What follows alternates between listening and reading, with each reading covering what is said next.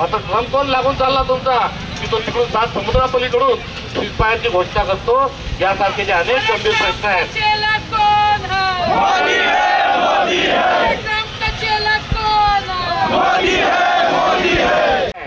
ये व्यर्थ ना हो बलिदान याद रखेगा हिंदुस्तान, ही आमची आजची या तिरंगा यात्रेतली पहिली भावना आहे। व्यर्थ ना हो ये बलिदान, आणि आज हा हिंदुस्तान, आज हा भारत या सर्व बलिदान झालेल्यांना अभिवादन करतो, श्रद्धांजली अर्पण करतो। आणि सिंदूरच्या बद्दल मी पुनश्च एकदा लष्कराचं अभिनंदन करतो। मात्र लष्कराचं अभिनंदन करत असताना सरकारने जी चुक्ती साधलेली आहे तिचं काय, राहुल गांधींनी प्रश्न विचारले त्याचं काय, याचा खुलासा सरकार तयार केलाय। तो ट्रम्प कोण लागून चालला, माझ्या लावतात, मी पण वराडी माणूस आहे, मला आतून ते शब्द आता फोटो राहिले। मात्र आपण या प्रसंगाचं औचित्य ठेवून तो शब्द मी गिळून घेतो। मात्र ट्रम्प कोण लागून चालला तुमचा की तो तिकडून 7 समुद्रापलीकडून सीजफायरची घोषणा करतो। यासारखे जे अनेक गंभीर प्रश्न आहेत।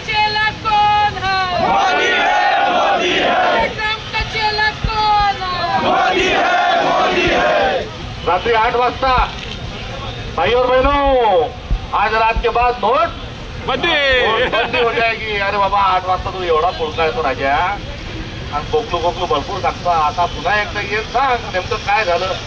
मात्र आपले पंतप्रधान काही बोलायला तयार नाही, काही सांगायला तयार नाही। याबद्दल मला या ठिकाणी एक भारताचा नागरिक असल्यानं मला संत करायची वाटते।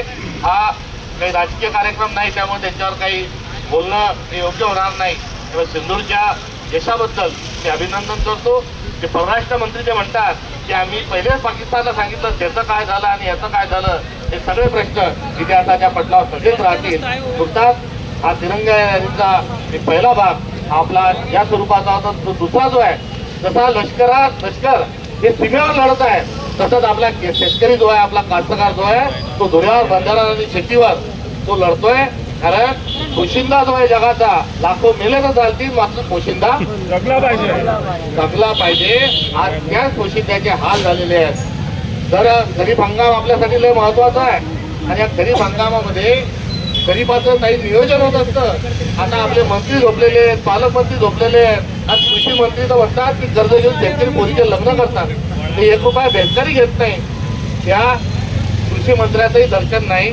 आतापर्यंत अमरावतीत येऊन त्यांनी आपल्या सर्व जिल्ह्यांचं त्यांनी आढावा घ्यायला पाहिजे होता। कुठे खत आहे का, नाही आहे, कुठे बियाणे आहे का, काही काळा बाजार होतोय का, सोयाबीन पेरायचं का, तोडीत पेरायचं का, मका पेरायची का, तूर पेरायची, हे नियोजन केलं पाहिजे। मात्र यांना त्याच्याशी काही देणं घेणं नाही।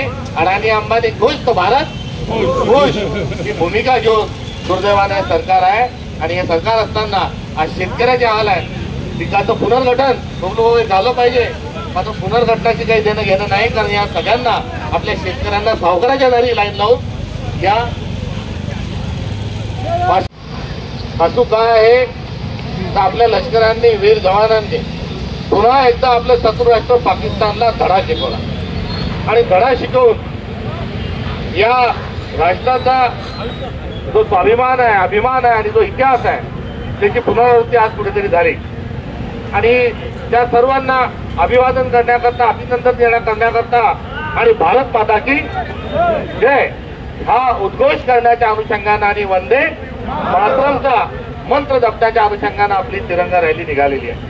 यामध्ये जरा याद करो कुर्बानी, ही आपली पहिली भावना आहे। आणि ही भावना आणि हा अभिवादन करत असताना आणि शुभेच्छा देत असताना आजचा दिवस का निवडला तर 21 मे 1951 ला 91 ला राजीव गांधी नावाचा एक थोर भारताचा एक सुपुत्र यांचं बलिदान झालं।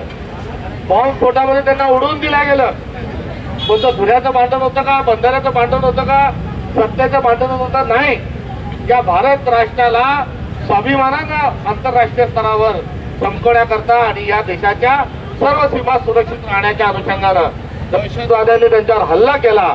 आणि या हल्ल्यात एक गोंडस असं व्यक्तिमत्व आज इन्फॉर्मेशन टेक्नॉलॉजीमध्ये, पंचायत राजमध्ये आपल्याला सर्वांना मानाचं स्थान देणार आहे। अशाच वेगवान घडामोडी पाहण्यासाठी आमच्या चॅनलला लाईक व सबस्क्राईब करायला विसरू नका।